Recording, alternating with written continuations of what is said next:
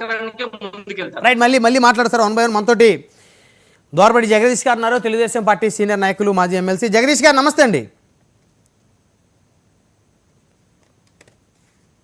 జగదీష్ గారు ఒకసారి అన్మ్యూట్ చేయండి సార్.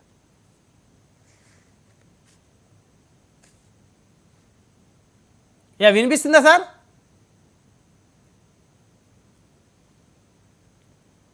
వినిపిస్తుంది సార్. జగదీష్ గారు నమస్తే.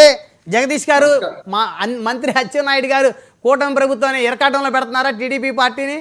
సో ఇప్పుడు అది బహిరంగంగా చెప్పాల్సిన అవసరం ఏముంది సార్? ఆంధ్ర అమ్మాలి, ఈ పథకం అమలు చేయాలంటే మరి ఆ రోజు హామీ ఇచ్చేటప్పుడు తెలీదా ఏవి అమ్మి మనం ఇన్ని హామీలు అమలు చేయగలుగుతామని? రమణాయుడు గారు, ముందుగా మీకు, అలాగే శివరాం ప్రసాద్ గారికి, శాంతి ప్రసాద్ గారికి, శ్రీకాంత్ గారికి, 99 టీవీ వీక్షకులకు కూడా నమస్కారాలు తెలియజేసుకుంటూ, అది ఇప్పుడు ఎనలిస్ట్ గారు శివరాం ప్రసాద్ గారు మాట్లాడారు, అది టీ కప్పులో తుఫాన్ అండి. అంతకన్నా దాన్ని పాజిటివ్ గా తీసుకుంటే, ఏదైతే ఇప్పుడు శివరాం ప్రసాద్ గారు చెప్పారో, ఇన్ని డిఫికల్టీస్ ఉన్నా కూడా 5 సంవత్సరాల కాలంలో జగన్మోహన్ రెడ్డి గారి ప్రభుత్వం విధ్వంసం సృష్టించి రాష్ట్రంలో అన్ని రాజ్యాంగ వ్యవస్థలు నిర్వీర్యం చేయటమే కాకుండా ఆదాయాన్ని కూడా కొల్లగొట్టి, దాదాపు ఇప్పుడున్న స్కామ్ ఏదైతే మద్యం స్కామ్, ఒక్క స్కామ్ లోనే 18,000 కోట్లు రాష్ట్ర ఖజానాకి నష్టపెట్టి, అలాంటి రాష్ట్రంలో ఈరోజు సూపర్ 6 అన్నది పెట్టి ఖచ్చితంగా ఇంప్లిమెంట్ చేస్తా ఉన్నా.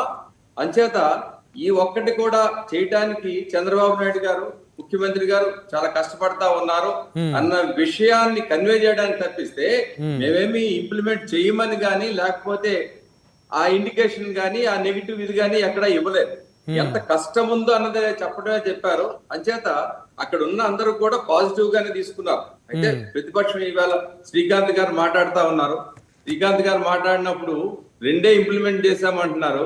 ఒకసారి సూపర్ 6 గురించి కూడా చెప్పాల్సిన అవసరం ఉంది.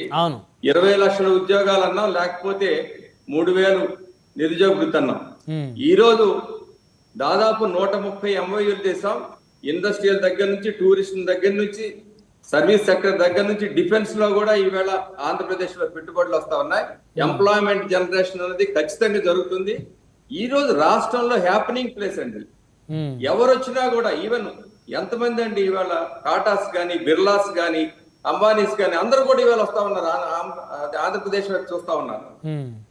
ఎప్పుడైనా పెట్టుబడులు గాని, ఇండస్ట్రియలిస్టులు గాని ఎప్పుడైనా వచ్చారండి జగన్మోహన్ రెడ్డి గారి టైంలో? అంచేత అదైతే అమ్మఒడి, తల్లికి వందనం ఎంతమంది పిల్లలు ఉంటే అంతమందికి మేము ఇస్తా ఉన్నాం. శ్రీకాంత్ గారు అది గుర్తించుకోవాలి. మీరు ఇంట్లో ఒకరికి ఇచ్చి మిగతా వాళ్ళు చదివినా చదవకపోయినా ఇబ్బంది లేదన్న పరిస్థితిలో మీరు వదిలేశారు.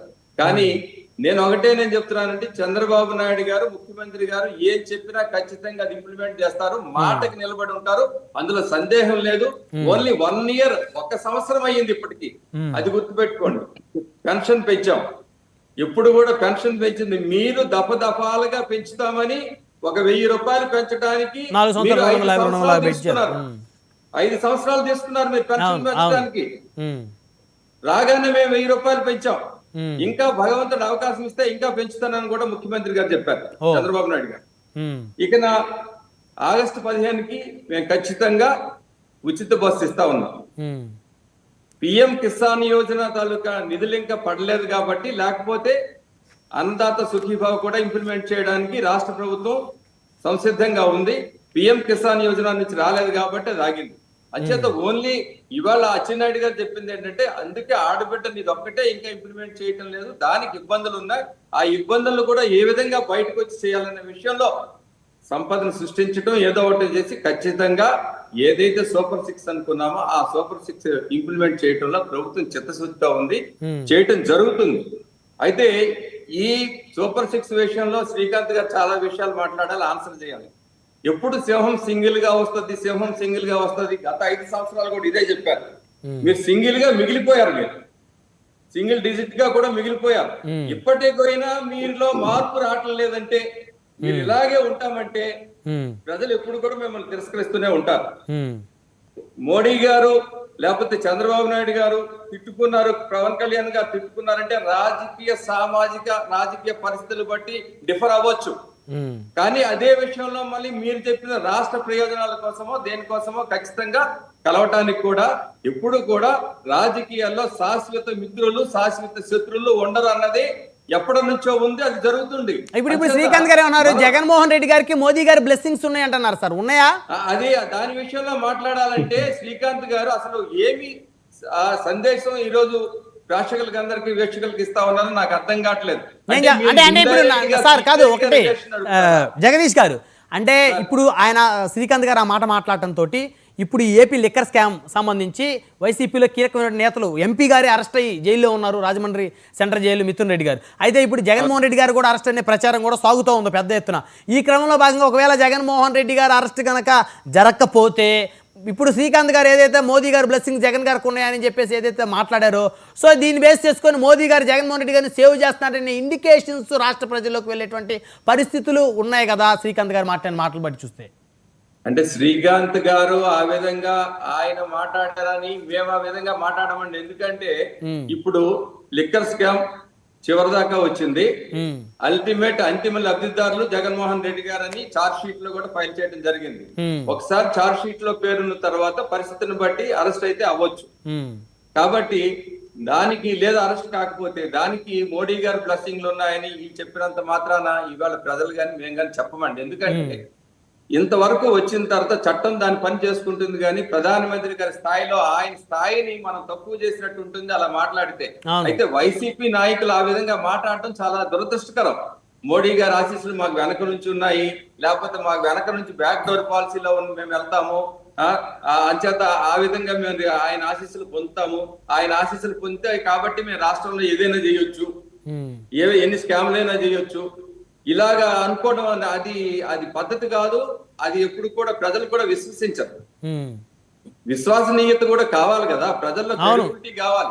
ఇవాళ చంద్రబాబు నాయుడు గారు ఈ రాష్ట్రానికి ముఖ్యమంత్రి కావాల్సిన అవసరం ఉంది అనే పరిస్థితిలో వచ్చింది కాబట్టి అంత తీర్పు ఇచ్చారు.